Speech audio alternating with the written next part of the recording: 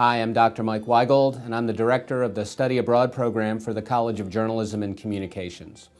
Our next adventure is in Italy in May of 2015. Two students who were with us the last time we visited Italy will tell you a little bit about what you can experience if you join us. Italy, I feel like, was just a very interesting trip because there were so many parts of Italy.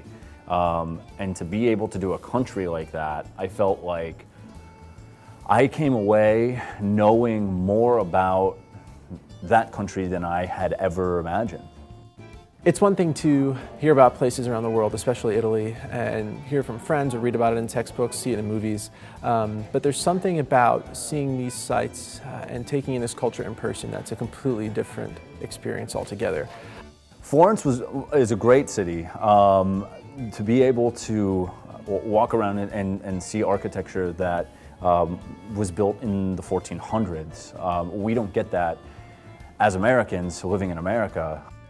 I'd grown up hearing about Pompeii because my mom is actually from near that region, and it's something you read about in textbooks.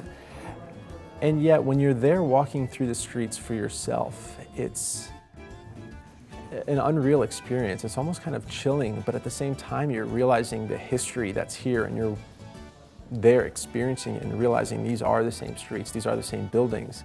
We took a side trip down to Capri, Italy, which is still my favorite place in the world. It is absolutely gorgeous. I fell in love with it the minute we got on the island. Venice is beautiful, first of all, and that's another one of those places that it's often talked about when you hear about Italy and you hear about Venice, but seeing it for yourself and taking a gondola ride, and it's a whole different experience there, and it's a really unique city. Really, the most fascinating part about study abroad, really, I felt like wasn't even where we went as much as it was just the overall experience with those people. If you have the opportunity, if you have the means to go on this trip and it's something you're on the fence about, go. And the reason I say that is because you may be able to go to Italy some other point in your life, you may travel there, what have you, but you'll never have another opportunity to do it like this.